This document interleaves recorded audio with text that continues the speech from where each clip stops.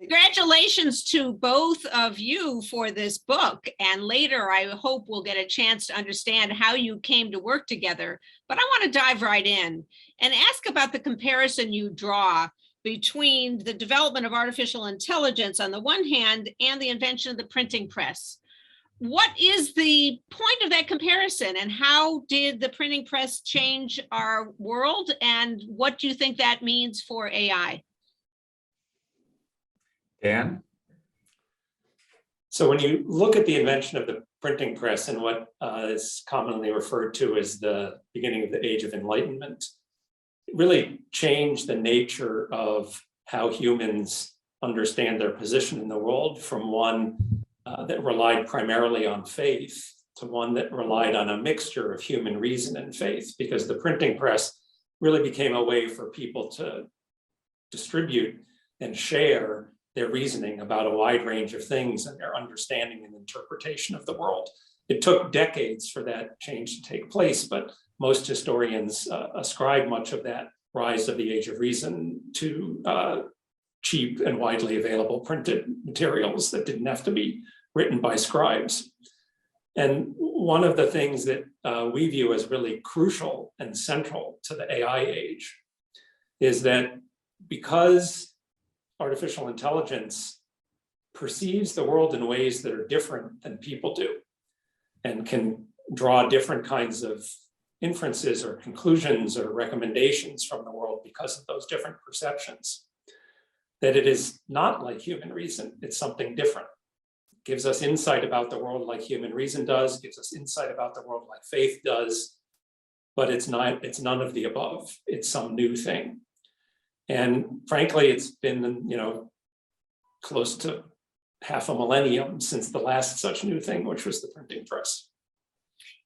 Now, the printing press actually produced, among other changes, a requirement that to actually participate in its benefits, people had to change. People had to learn to read. People had to learn to relate to authority differently.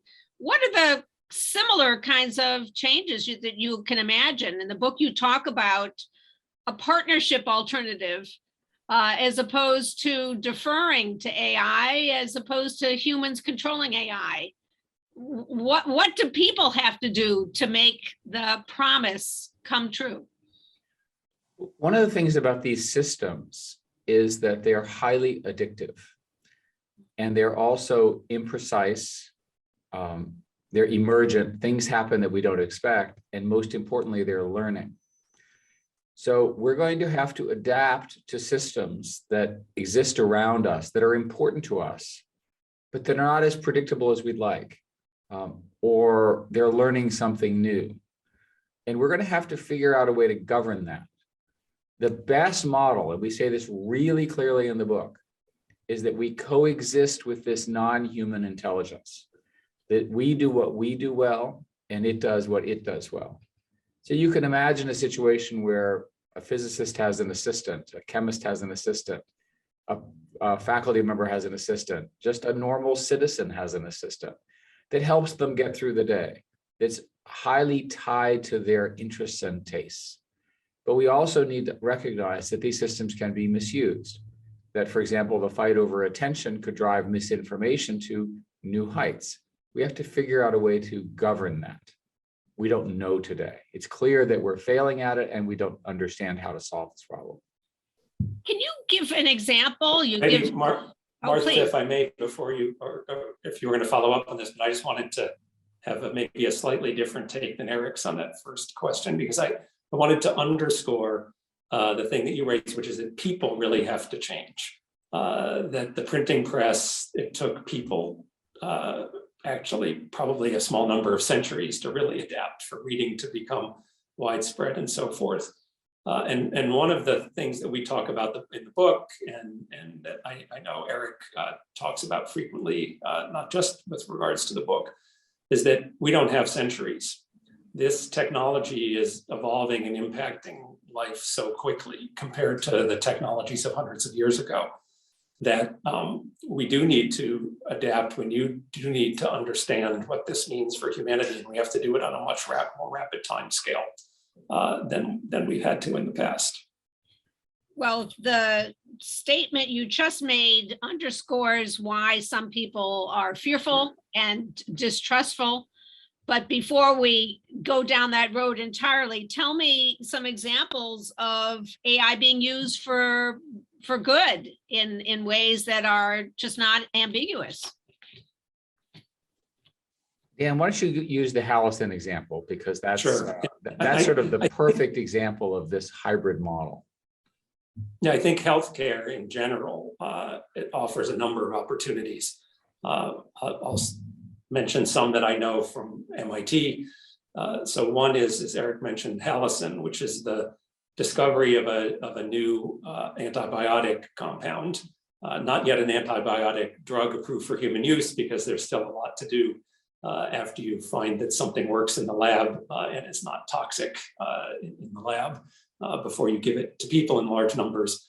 But one of the big challenges today is that bacteria evolve very quickly to no longer be able to be combated with existing antibiotics. And our whole discovery process for how we find new antibiotics tends to either be trial and error or be based on antibiotics that we already know.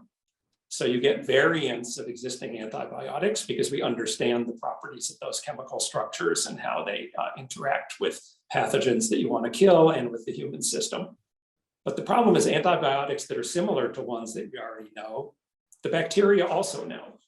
And so those antibiotics tend to be easier to find, but also less effective in treating what are known as drug-resistant bacteria that have evolved to not be treated well with existing antibiotics. But when you start to try to look for antibiotics that are very different, the current processes very much are trial and error. And so they're not very efficient. There's a collaboration between some biologists and some computer scientists at MIT, where they use machine learning techniques to help identify compounds that would both be very effective against known pathogens, but also be different from existing antibiotics. So not sort of looking in that part of the space that we know how to do reasonably well with current techniques. And of course, that wouldn't harm the human that you're trying to treat or the animal that you're trying to treat more broadly with antibiotics. And this search identified a new compound, which they dubbed Hallison, which is extremely effective against drug-resistant bacteria. And the people involved in that work commented, because of this nature of drug development today, that it would have been highly impractical to have discovered a compound like this in any reasonable time period without AI. Scientists are always a little conservative. They don't want to use words like impossible. But when somebody says highly unlikely who's a scientist, I mean, this wasn't going to happen. So that's a really great example of AI really being a partner, helping explore a very complicated space of possibilities in a scientific domain, and in a domain where there's a huge amount of human expertise already. And yet, because, as we mentioned earlier, because AI can perceive the world in different ways than humans, it can help us explore really fundamental and puzzling challenges and problems in new ways.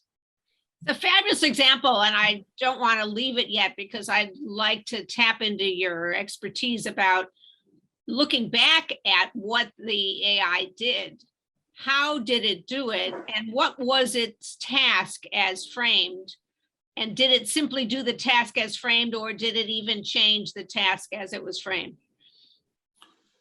So one of the things about AI, and I hope it also helps people be a little bit less afraid about it, is that AI is always solving some objective that was set by humans who set that objective.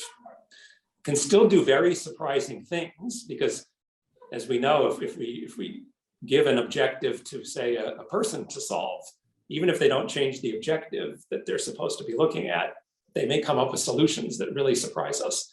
And one of the things about AI is that it does do that. It comes up with things that surprise, which makes it very different from previous computing technologies.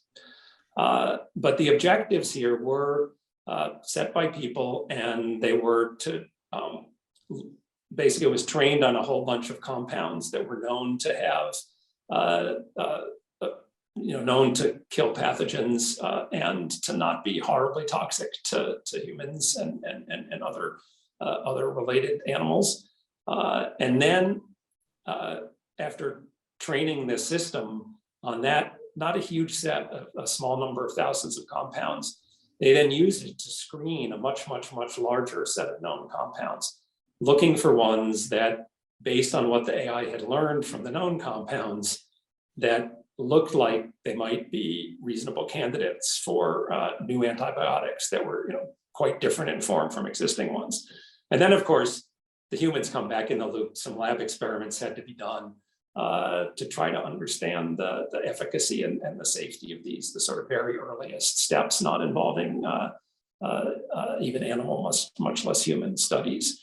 And that really was the process there. But without the AI, without the machine learning techniques, there wouldn't have been a hypothesis to validate in the lab. So this is a good example where Dan and I give slightly different answers. Everything Dan said is, as always, correct.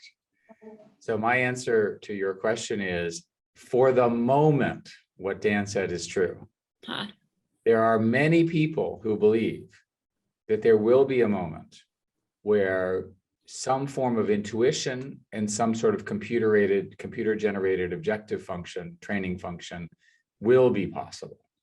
And when that occurs, which I think will be within a decade to 2 decades, Dan is more conservative, we're going to see a very different scenario, because we're going to see the emergence of not consciousness, but what appears to be creative thought.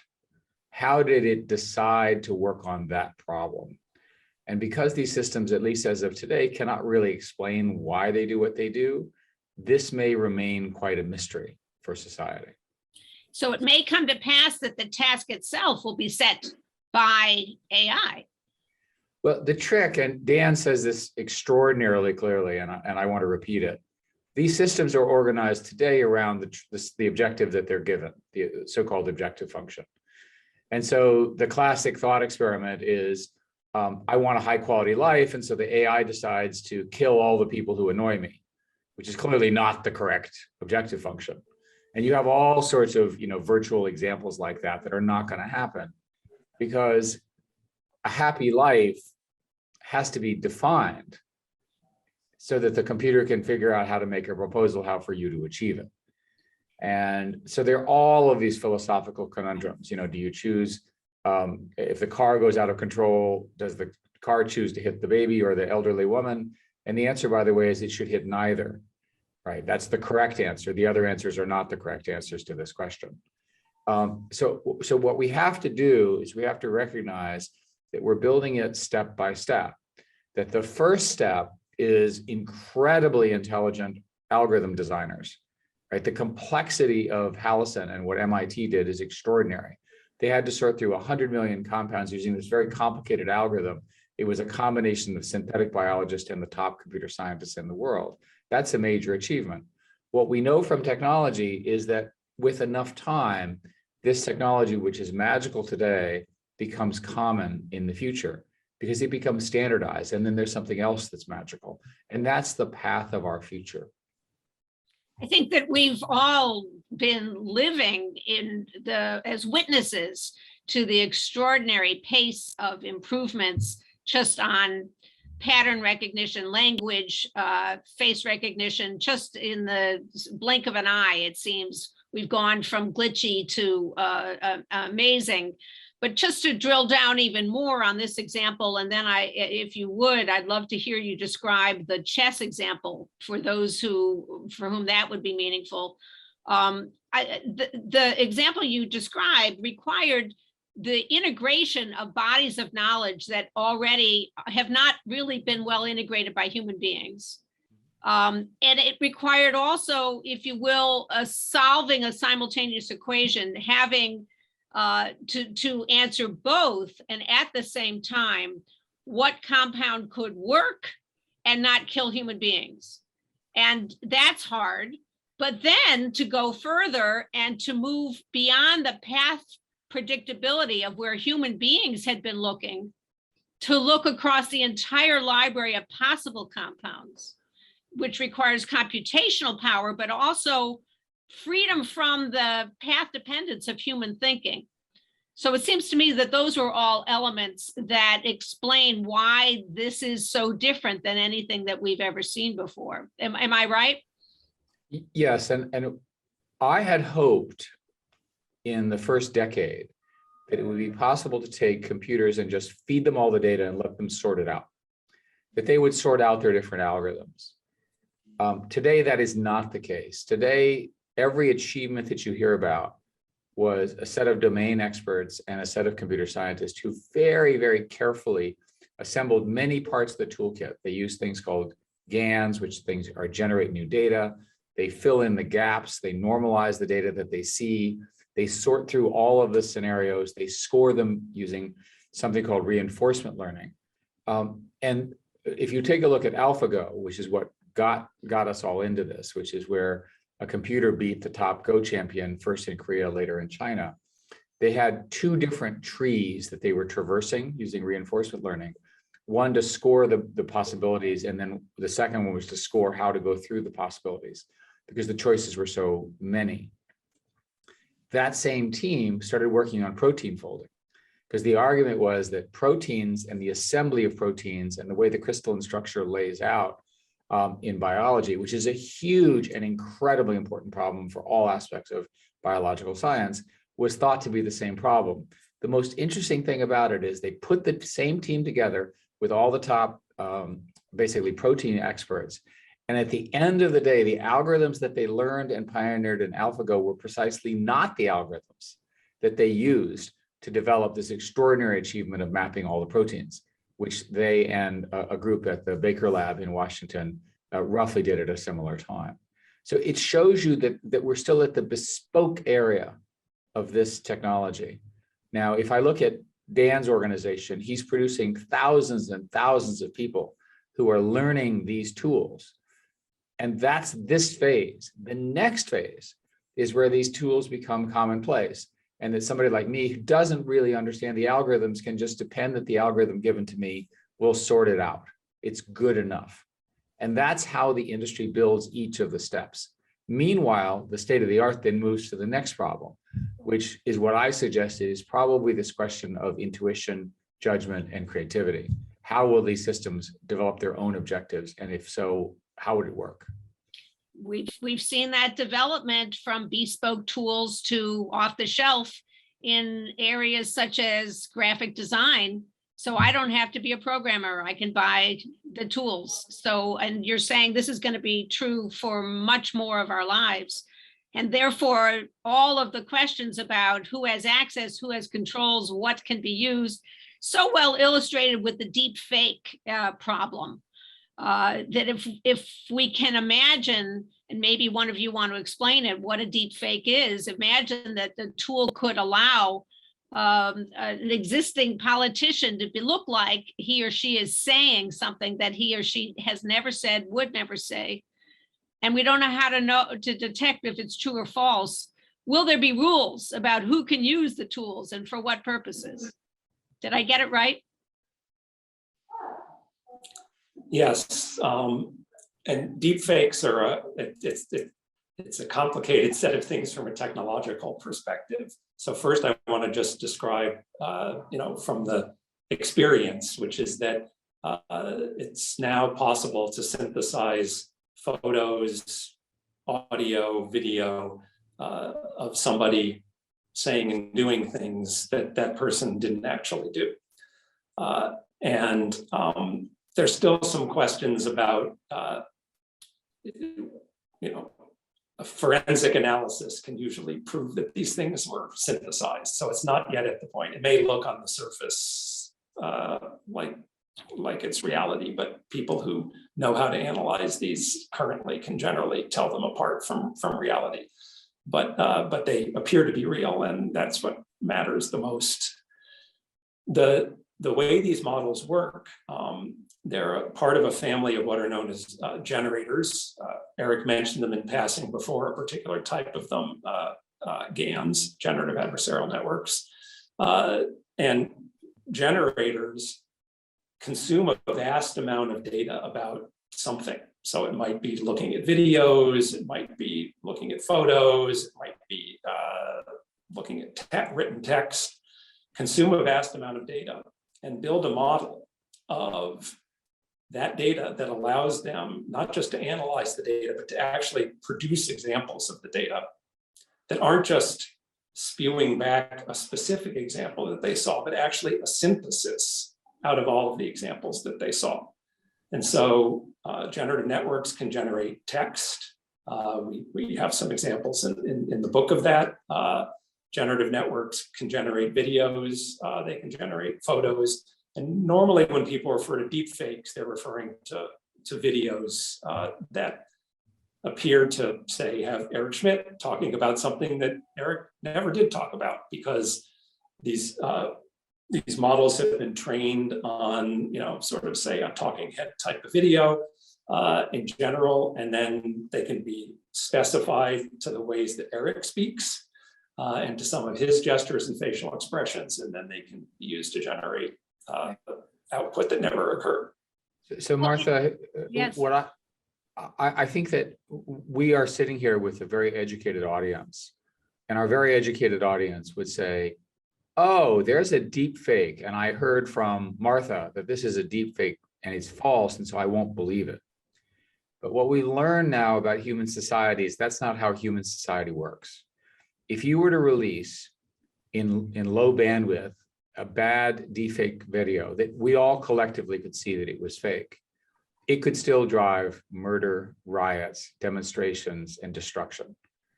Such is the nature of our world today, that we have systems that will push and push and push this kind of false information directly at people who either don't choose to or don't have the skills to determine the accuracy or the analytical nature of what's going on.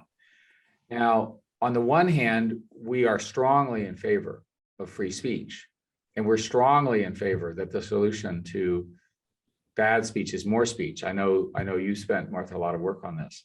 But the fact of the matter is, if you've got a bad deepfake video and you tell everyone it's bad, and that doesn't solve the problem, how do we propose as a society to deal with this? Because we don't want to censor these things. In the book, we mentioned that there are some technical solutions, the most obvious of which is to essentially do a cryptographic origin stamp on the video, so we know where it came from, or at least where it entered the system. But that's a modest attack on this. And so my guess is that the legitimate companies will have to put in various gates to try to test the hypothesis that Dan is offering, that we can detect these things. I know that there are research groups in all the key companies trying to get up these appropriate check system to find this. But if you think about it, eventually, not now, but eventually, don't you think that a computer that's as good as vision as it is today will be able to generate an image that you can't detect is fake? Yeah, I think so. Yeah. So at that point, we've got a real problem. So this is a simple example, a very, very simple example of the problem of AI in our midst, because it has its own objective, in this case, to get you to look at it. And you have the objective, which is not to be misled. Those two are incompatible with each other in this scenario. There will be many such scenarios with AI. Well, and as Dan said before, we don't have centuries to develop the social practices necessary to deal with these changes. So if I could just return for 1 second. Sorry, Martha. Your questions are too interesting. I want to stay on each one. So the thing about deepfakes, I think, is just to expand a little bit on something Eric said, is that I think they offer a very powerful illustration of the fact that AI is an amplifier. It acts as an amplifier of all kinds of human behaviors. Because as Eric noted, people can produce fakes without AI. and they have for a long time.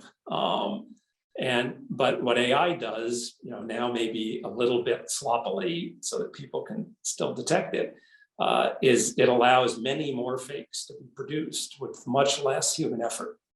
And that's that sort of amplification. And it's not that the AI necessarily, wants to amplify false things, but people are using it to do that, and it becomes much easier for that to happen.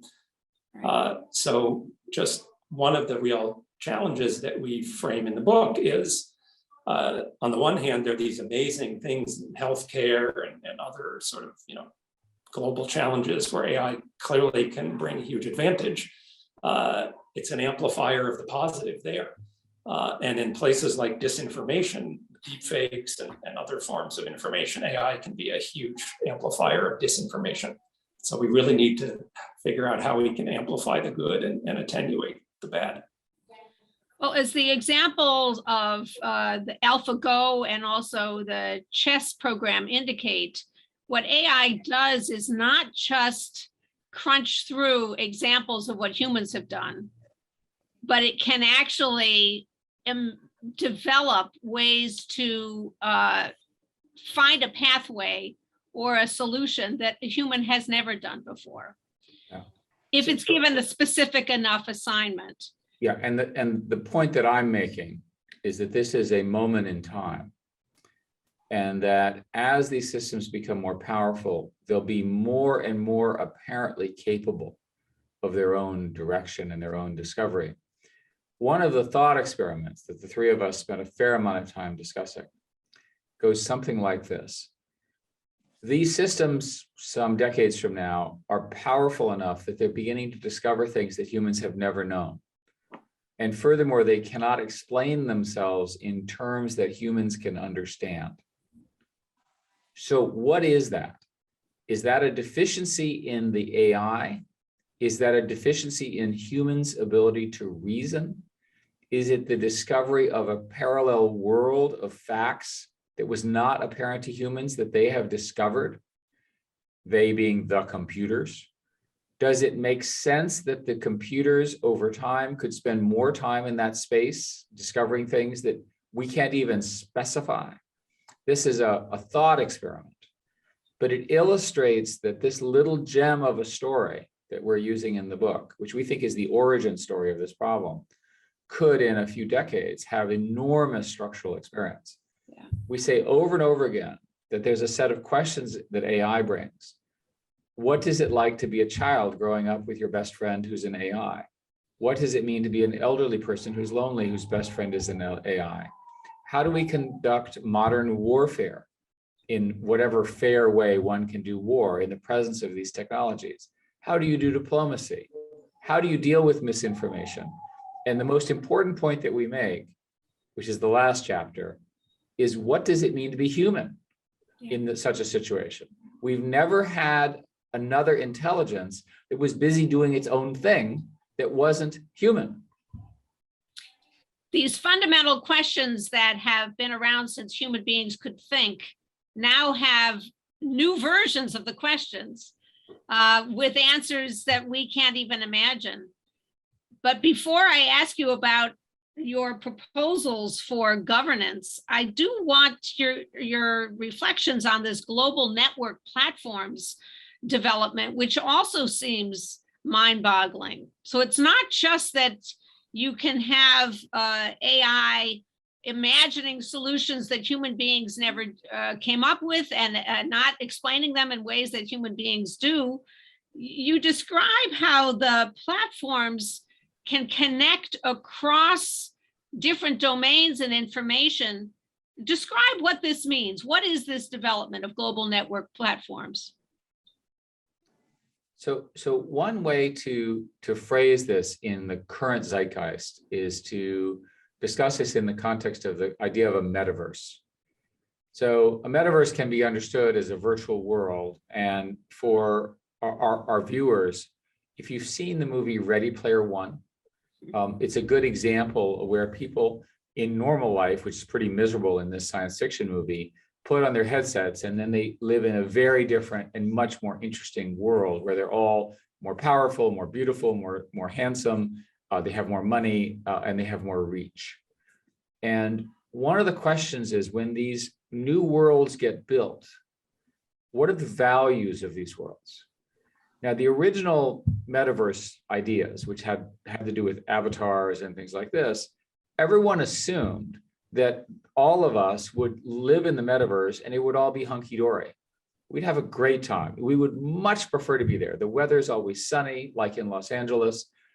Everyone is friendly, there's no traffic, and on and on and on. But what if the rules of the metaverse are such that in fact it has an evil component, or it has a censored component, and those sorts of things? So I'm using that as an example of a global platform that we don't necessarily agree among even ourselves as to what the rules of that world should look like.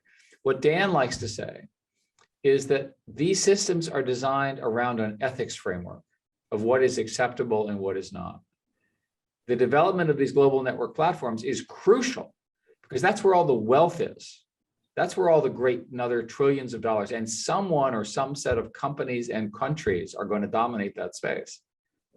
Today, for example, there's this incredible phenomena with TikTok, which is a Chinese company. Now, I'm not worried at all about the Chinese tracking where our teenagers are, because I'd like to know where our teenagers are. That's not a problem. But what is a problem is, let's imagine that the Chinese decide to alter the information space that our teenagers live in such a way that's incompatible with American values or principles or so forth. So that, I think, illustrates that the fight over global network platforms is not some abstract thing. It's a platform that will shape our understanding, and especially with people who are young, right, who are still growing and learning. Imagine if all of a sudden somebody slips in what they call a bug, which is it's racist or prejudiced or inappropriate or violent in some way that nobody discloses. That's got to get thought through. So on the global networks platform topic is something that is very broad. And as Eric was saying, you can go all the way to, envision things in the future like the metaverse, or you can look at very concrete examples today, like today's social networks. One of the things that I think is underappreciated and understood is the extent to which today's global network platforms, social media, search engines, streaming web services, et cetera, depend on AI in order to operate. And this is one of the things that we stress in the book, because our intuition about how we're going to encounter AI as the average person is just, it's wrong. At least it's wrong for today. It may not be wrong for 10 years from now. But today, the way we encounter AI is through all of those services that we use on a daily basis. Anytime you're using social media, anytime you're searching for things on the web, anytime you're streaming, some recommended video, those recommendations, that synthesis of information is not done by human beings, it's done by AI. The billions of pieces of user-generated content posted on social media every day are beyond the capacity of human experts to try to enforce community norms and standards and so forth. So machine learning is used to do that. And as we've said, both repeatedly here, but in the book, AI, while given a human objective, is still going to do surprising things. It learns from the data and it does things that it believes achieve that objective. So in some sense, we've taken these services that we all use every day, and we've kind of delegated to AI deciding what we should and shouldn't be seeing, what should be pushed at you. As Eric was saying, news feeds and other things push information at you. That it's not somebody at the social media company deciding which things get pushed. This is, again, AI algorithms. So we tend to think of AI today in science fiction terms of humanoid robots and things that sort of seem like us. But actually, AI today is very much in all of these services that we use every day and that shape our experience. And those are the things we really need to be focusing on and thinking about. Maybe the humanoid robots will be there in another few decades. But today's AI, which affects very much the ways we think and act, back to the printing press, this is the whole way that information is shared is very fundamental to society. And that is being shaped by AI today. I think the arresting example you give is the shift from figuring out a route when you're traveling by looking at an atlas to having an algorithm that is connected to real-time data uploaded by everybody else who's also figuring out where to go, and giving in real time new directions that weren't known a minute ago, but we then become entirely dependent on and don't even have any clue how we would get there if we didn't have this voice telling us. And that shift of reliance to this intelligence that's not us and that couldn't have been looked at a minute ago, that's all new. That's all new, it seems to me. Eric. I used to say, this is 10 or 15 years ago when I would give speeches about this, I would say the internet is great, but you can turn it off. If you don't like it, just live your normal life. It's fine. You don't need to depend on the internet. And that was true then, but it's false now. Possibly because of the pandemic, but really because of the extent of the digital capture, if you will, of our lives. You are absolutely required to be on the internet to get anything done. Education, business, entertainment, and so forth. In the book, we clearly say that some people are going to rebel against this, that this reliance that they have Right. Is going to drive them crazy, and they will become nativists. They will literally move to the digital equivalent of the mountains of Vermont, right, or the hills of Montana, and Modern say, Luddites. Yeah. I just can't deal with it. And we don't know how many people there will be, but a guess would be 10 or 20% of humans will ultimately try to opt out, because for them, it won't reflect their human values as they understand them. But the majority will be either commanding or trapped by these complicated AI systems. What Dr. Kissinger says is that when these systems get this powerful, one of two things happen. Either societies rebel against them from a historical perspective. They don't want those constraints, or they create a religion around them because they cannot otherwise explain them. Now, we don't know whether we're going to have revolution or religion, but what we do know is that people will be frustrated by the appearance of these new control systems, which they will perceive as eliminating their free choices to think and to move and so forth in the name of efficiency. That's a problem that's got to get discussed now, right? Before these technologies are broadly applied. And remember what I said earlier, we treat these technologies as though they're accurate, but they are inaccurate. They make mistakes. We tolerate their mistakes because they're not in life-critical situations. So when you think, using war as an example, we're using AI to help us prosecute the war, but the AI can make mistakes, and so can the humans. Which one would you prefer to make the mistake, the AI or the humans? Hopefully neither, but in fact, they do make mistakes. Well, the compared to what is the critical question always. As I am exploring with AI introduction in the legal system, compared to what? But this takes us to the governance issue. What kind of governance? You say we have to deal with it. Who's the we? Organized how? Is this national government? Is this private companies? Do they need to coordinate across the world? And how can there be competitiveness along with control? So we have had a number of examples where the tech community has collaborated quite well. An example involving the very evil issue of child pornography. The tech companies worked very, very well to handle that and also send the alleged perpetrators to the police for prosecution and so forth. That's an example of a specific area where the objective was very clear. There was not dispute. There was not a debate.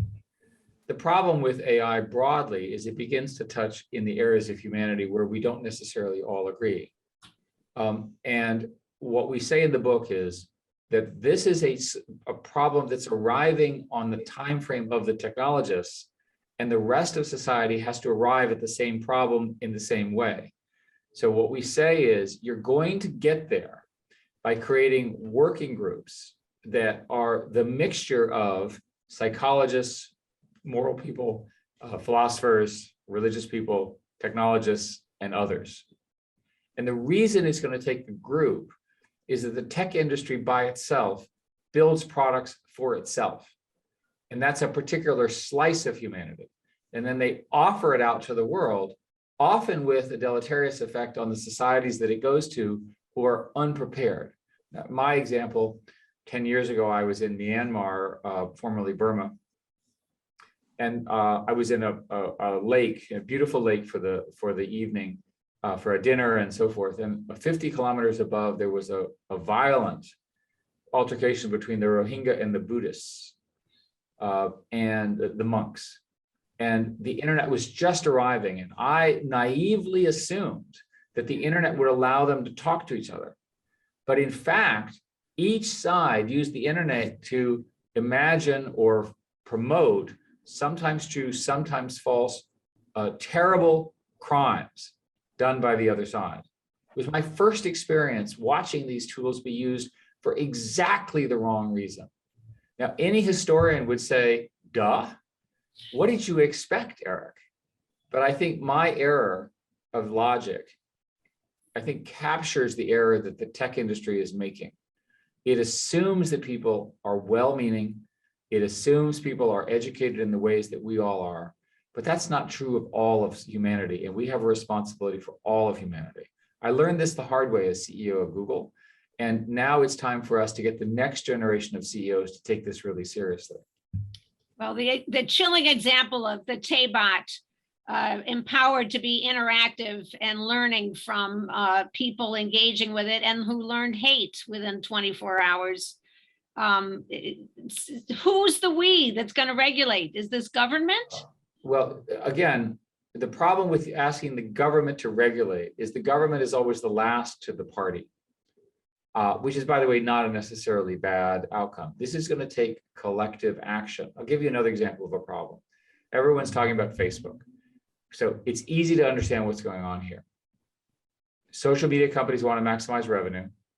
They maximize revenue by increasing engagement, that is literally attention. They seek it, they push it, they spell it, they get you excited about it. What's the best way to increase engagement? Outrage. Outrage, outrage. I'll give you another example. This is not a new fact. There's a quote from Herb Simon that I like. He was a famous economist at Carnegie Mellon, Nobel Prize winning. And he said that, this is 1971, what information consumes is rather obvious. It consumes the attention of its recipients. Hence, a wealth of information creates a poverty of attention. That's exactly what we're dealing with here. Now, if you imagine, so let's say, okay, Eric, you're the government, how would you regulate Facebook? If you said, Facebook, you cannot, your objective function cannot be to maximize revenue, then how am I allowing them to be a capitalist company? Right? They are capitalists, right? And we're a capitalist nation. So we have not figured out a way to make money and also do good at the same time in this category of things. We've got to solve that. So just on the question of governance, Martha, I don't think I need to tell you this, but I'll state it nonetheless, which is that effective governance requires some moral authority with respect to that which you're trying to govern. And that can be different in different societies. It's not clear that they're the same set of values and that different societies or different groups within societies are willing to be governed in the same way. And the challenge with AI is that we don't have the right way of thinking about what moral authority even is. We don't have the right ethic for an AI age. As Eric was pointing out, one of the things about the internet in general and AI even more so is that it's bringing together these different cultures within a single country, different cultures around the world, and bring them together in ways that can be productive and can also be, extremely damaging. So as we start to think about AI, something about an ethic for an AI age have to do with how do we use AI when we're engaging people with different value systems and different cultures with one another. These are some of the things that need to be sorted out before any government can really take on governance in a way that's going to be effective and it's going to have the required moral authority to make it really work. So that these are issues, and this is why we keep saying that, and this is why the book is a call for broad engagement, that development of this kind of ethic, of this kind of basis from which you might be able to govern effectively, takes participation of a wide range of people within the United States, within other nations, and around the world. What's the implication for how younger people should be educated? So this is, of course, a question near and dear to my heart, but actually near and dear to Eric's heart also. So, because Eric's been doing a ton on educational related initiatives, but I can certainly speak to a couple of things that we're doing right now at MIT, but also to one of the things that really encourages me today, which is that so I'll start with the encouraging thing, since I'm always the optimistic view, the rose-colored glasses, which is that when I look at computer scientists, undergraduate students going into computer science, into artificial intelligence and machine learning today, they're very concerned with these kinds of questions, with the questions of, what are the ethical and moral bases for AI and for deploying AI. Now, sometimes these are focused on very specific questions, such as, AI being biased or showing discrimination. And that's great, because once the questions are specific, there are ways that we can proceed. But they're also asking the broader questions of, with these new technologies, how can they get educated as students being trained in the technology about the implications of those technologies for society? So the demand is there in today's, late teens, early 20s students studying these things. And so that's the positive. And then, at MIT, we're doing a lot now developing new academic programs. We call this computing bilinguals, people who understand the language of computation and also understand the language of some domain outside of computing. So that could be the biological sciences, as we were discussing. Eric said before that it takes expertise in the domain and in AI, but it's also very important that that's the humanities and the social sciences and policy and the study of these technologies and their implications for the world. So I'm cautiously optimistic. There's a lot to do to scale this, beyond a handful of academic institutions. But I think both the interest is very much there in young people today, and I think academic institutions are beginning to address this. Eric, do you have thoughts about implications for education? I can tell you what I'd like to see. So Dan and I have been working together on this for a very long time. We don't really understand how people learn the best. We think we do, but we don't really know. So I'd like to see, as part of all of this work, a genuine database of knowledge of how people learn. And then I'd like to see AI systems that do the same thing as Hallison did, that they actually discover from the raw data what the paradigms are for learning and figures out which one is best for you or me. I look forward to a scenario where, along with all the other things that children will grow up with, they'll grow up with a digital tutor that truly understands their learning modalities. How long is their attention span? How do we keep them excited? How do we remotivate them when they're demotivated from too many math problems? These sorts of questions. The winners in our society today had a certain kind of intellectual capability, but they also had a lot of grit. They put up with working in student environments that they didn't particularly care for. They sat in lectures that were a waste of their time. We should be able to figure out a way to optimize that kind of learning over time. And that should produce a much more educated citizenry, which has got to be good. You know, if you think about one of the arguments against what we're doing is that our world is affecting jobs and careers and traditional paths. There's no question that it's disruptive. We're not arguing that. What we are arguing is that with that disruption will come better tools to retrain and get the next generation in the right roles, that we can make that happen faster and better. How better could we be than if everyone has learned in the best way and is working in the most effective way that they can as human beings? That's got to be the highest position that humans can get to. Well, I should tell you, I first came to this world because of interest in the tools promised for helping people with disabilities, and it's been transformative. But just as you've been saying, Eric, discovering actually the tools developed initially for people with disabilities actually can help everybody learn better, be engaged better, be more active. It's really very exciting. So your book models a kind of collaboration across domain expertise. How did you come together? What have been surprising dimensions of your collaboration? And how have you learned from each other? And what does this tell us about working across different fields of expertise? Well, maybe Dan should talk about how the writing happened, because people often think that one of us wrote some paragraph, but in fact it was collaborative. My observation is actually a little bit different. I agree with Dan's view on this, that what happened in the book mirrored the way this has to go in the real world, that you have to have the time. We took Sunday afternoons for a year, more than a year during COVID to do this. And the nice aspect of this story is that we became a little bit of a family because we were each other's support systems during COVID.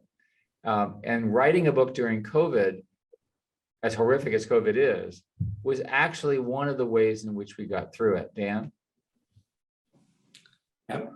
Absolutely. This experience, you have a handful of intellectual experiences in life, from my point of view, where you really just keep being surprised at the layers of things that you can learn. And this collaboration has been one of these. And I think and hope it's not over with this book. But as Eric said, the time is critically important to really dig in on topics like this. It just, when you have people who have such different backgrounds and experience and training as Eric and Dr. Kissinger and myself, just getting to where you're having conversations using words the same way can take quite a bit of time. And we see this in academia, bringing people together from different disciplines. And so that takes a real commitment. And I think we all felt, for different reasons, that this problem domain was one that required that kind of commitment, that we wanted to make it individually. And we didn't think that we could really tackle this problem the way we wanted to on our own. In fact, even pairwise, we didn't feel like we could do that. So that created the environment to build this kind of time. Eric, you look like you were going to say something. Yeah, I was going to add that Dr. Kissinger tells a story in the early 1950s with the dawn of the nuclear age and the incredible fear and questions about nuclear proliferation. A small team of physicists, technologists, as he called them, and policy people like himself met on Saturday afternoons. And from this small team, a lot of the ideas that have kept us safe over 50 years, now 70 years, I guess, were born. Mutually assured destruction, containment, those sorts of strategies, the way you negotiate these deals. He would say, if asked this question, that we need a similar process now, whether it's Sunday afternoons or Saturday afternoons, but you get the metaphor, where people really confront these questions of how are we going to limit the worst parts of these and harness the best of them. So since Eric mentioned the writing process at the beginning, I do want to just mention one thing there, which is it's very hard, in my experience, to write about technology and technology's implications in the world, because you're trying to bring together enough understanding about the technology that when you talk about implications, you're not misrepresenting the technology. And I'm often frustrated when I read things that are trying to sort of abstract the technology to the point that it's generally accessible, because it's also no longer correct. And so one of the things that, from my point of view, is sort of probably the most technical person among the three co-authors, although Eric's very technical as well. He can't hide that PhD in computer science, but he's been a leader of major companies in between, so he's a little more distant from it. But the collaboration, especially with Dr. Kissinger. So there's a chapter in the book, the third chapter, where we really try to lay out AI and machine learning in a way that it informs the rest of the discussion in the book about the societal impacts. And in many ways, Kissinger is probably the person who worked the most on that chapter out of the three of us. Wow. Because I can tell you that what I wrote to begin with would not have been generally accessible. Let's just put it that way, despite my best efforts. And Dr. Kissinger felt it was very important that it would be. And so we just kept iterating on it until we got it to a place where I was comfortable that it still was correct, and he was comfortable that it was meaningful to a broader audience. So that was not something I would have expected going in on the book at all. Well, the process of dialogue or trialogue that went into this book is in many ways the process of recognizing the contributions that people from different perspectives have to bear that's going to be necessary going forward. I do have a wonder about whether meeting on a Saturday or Sunday afternoon for even multiple years will work, where we are dealing with an intelligence that's not our own. Maybe some form of AI needs to be part of that conversation as well. In the back of our book, we reprinted a question of GPT-3 about its own consciousness. This is, remember, a computer. And it said that I am not conscious because I am not a learning machine, reasoning machine like you. I am just a language model. It's a little jarring, even to me, to read that. And I'm not sure that the next generation will give the same answer, but we'll see. We'll see. So utterly fascinating. Are you hopeful, or do you think this is the beginning of the end of human civilization? My answer is actually both. And the reason is that the acceleration of possibilities that AI represents is unimaginably exciting.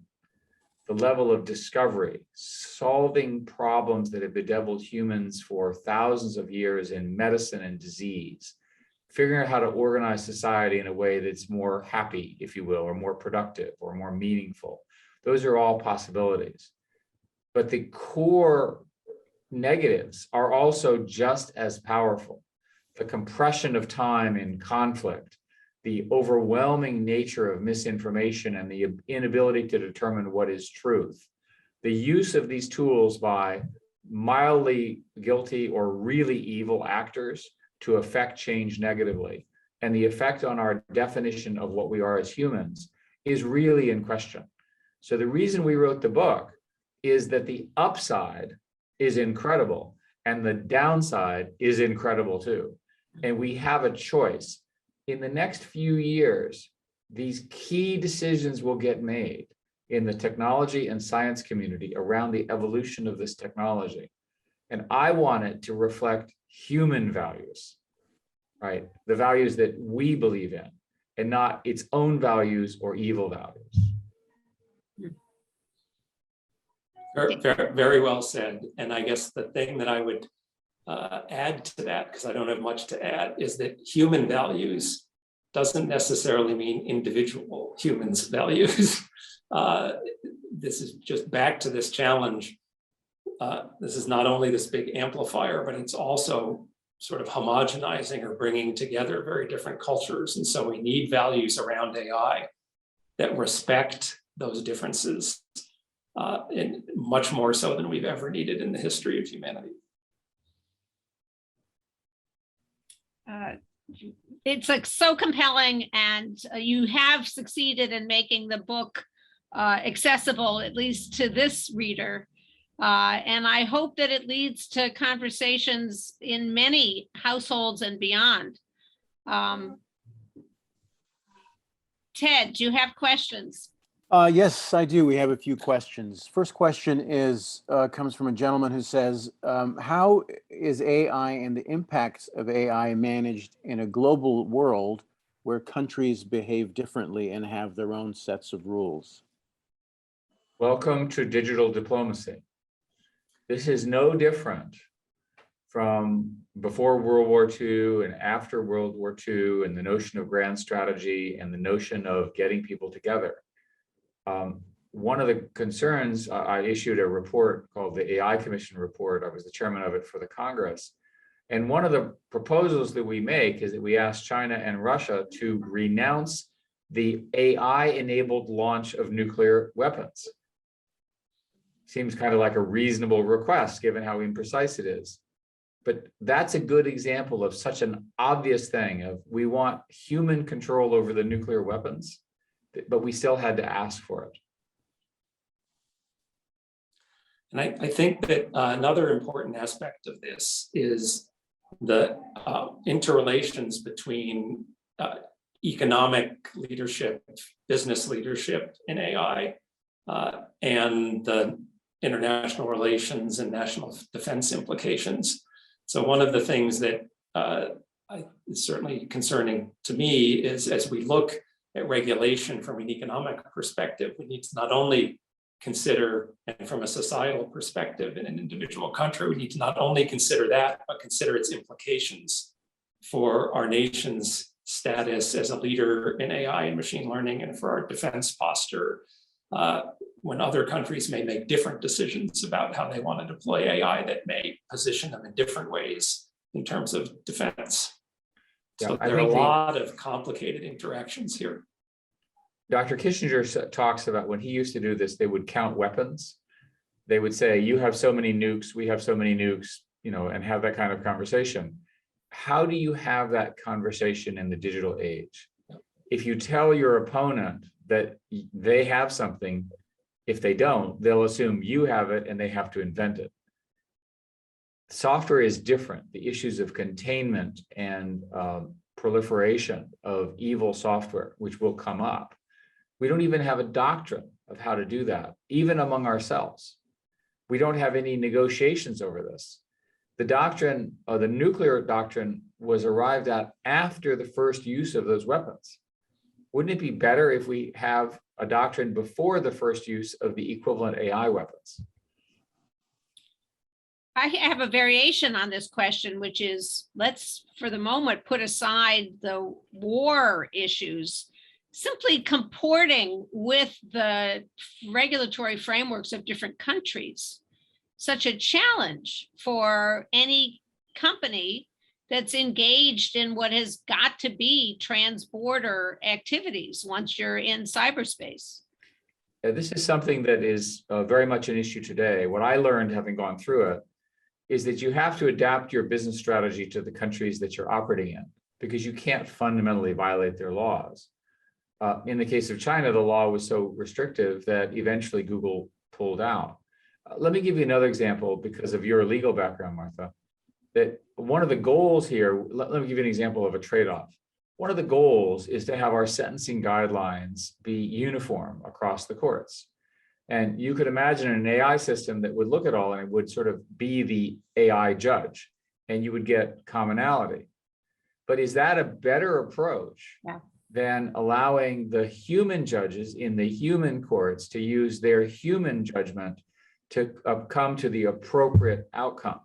Now, one person says, well, there are judges that are bad judges, but overall, is the society better off with a decentralized system of justice or a centralized and algorithmic form of justice? Now, that's a question that's worth debating, but let's frame it as neither is perfect. And maybe there's a hybrid. So maybe what you use is you use AI to identify the judges that are out of the norm. And then someone goes and chats with them and says, maybe you're too harsh, or maybe you're lenient, or maybe you're sleeping on the bench, or whatever the criticism is. So we have to come up with some agreements among ourselves as to where the centralized algorithmic control over humanity is the right outcome versus allowing the differentiation that we have historically loved. And one of the reasons why this is so difficult is because the media is now national or global. There's no local media. So if you have, using the judge as an example, if you have a judge that does something odd in a country, in a state or a country that I never visit, I'm still aware of it. So the media then calls for a reaction in a place which I have no particular interest or oversight in. We haven't organized the interaction between centralized control, local governments, and then the notion of the media, which obviously I support, as sort of keeping their eye on these strange things. We don't understand how to process all of that. Right. And the context often drops out of the headline.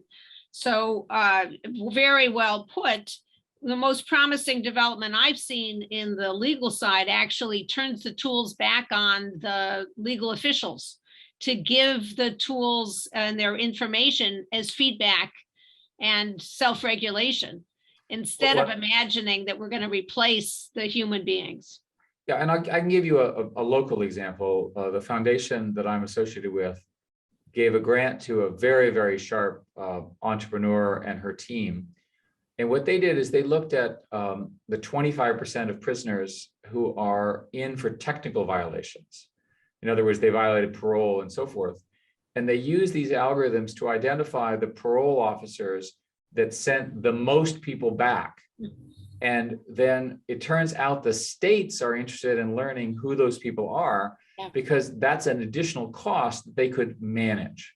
So that's a good example of a compromise between using the data but keeping human judgment. My point is, we all want someone to make a hard decision, and we don't, and we want to then snoop on what decision they make. These AI systems have the property that they can both standardize decision, but they can also measure deviation, and they can also predict outcomes. So for example, we build a tool, again, using sentencing, which predicts the likelihood of a repeat offender, which is imprecise. Is it appropriate to use that at any phase of the legal process? Maybe it's not. We have to have that conversation. Especially since most of the lawyers and judges never took statistics and don't understand probability. So we have to use these tools with some great awareness of the limits of the humans who are using them. Ted, is there another? Oh, go ahead. I just wanted to point out that this distinction between human decisions essentially monitored by AI and AI decisions, which, as we've been discussing throughout this conversation, need to be monitored by humans.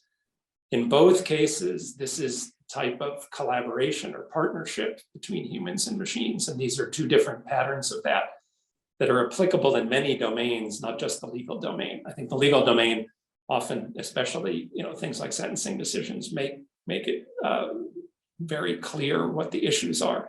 But both of these are very important patterns of partnership between humans and machines, and start to become some of the kinds of basis for thinking about this ethic of the age of AI. And just to hammer on this one more time, here's an example. Somebody built a tool that scores whether you're overprescribing basically OxyContin, and which is obviously a problem. And that tool is voluntary and not mandatory. And yet it has a chilling effect on doctors who want to override it because it's a pain, and they get penalized in various ways, although they're free to do so. So there's an example where is the real power? Is it in the human, or is it in the system, which is voluntary? That's got to get sorted out. Absolutely. Ted, And, another question? Yeah, we have two questions to go.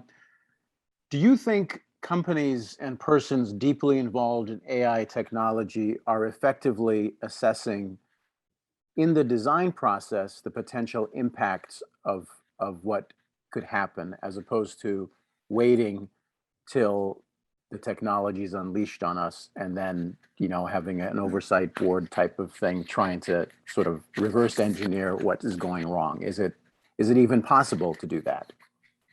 I would say 10 years ago, we were not. And today, there is a large field of AI ethics. Every corporation has an ethics board of some kind. They use similar language. How they exactly work is up to the company. By the way, the US military has an ethics board.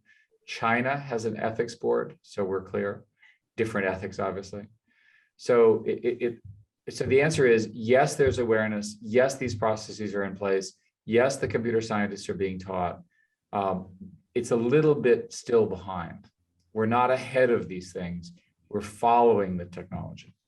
Yeah, and I would say we've gone from essentially no consideration in advance a decade ago to significant consideration in advance, but we still don't necessarily have the understanding for that advanced consideration to anticipate things that after the fact we might think we should have been able to anticipate. And this is, again, part of the kind of discussion that this book is meant to help engender, is to build that expertise in all of us. Well, and also to recognize that there may be different people need to be involved at these earlier stages. Absolutely. So Yeah, and notice, by the way, that Facebook just deleted all of its face information, got out of the face recognition business because it was too hot to handle. So that's an example of a corporation, which is, you know, a capitalist private corporation, making a decision that it just did not want to be subject to the regulations and the issues that technology would create. When I was CEO at Google, this young man came in and said, had a whippy-dippy new product where he said, look, not only can I see who the friends are, but I can predict when they're going to meet. And he showed us the predicted path based on historic data. And I just shrank in horror with sort of the law enforcement and other issues. That product was ultimately not released in the form that it was described.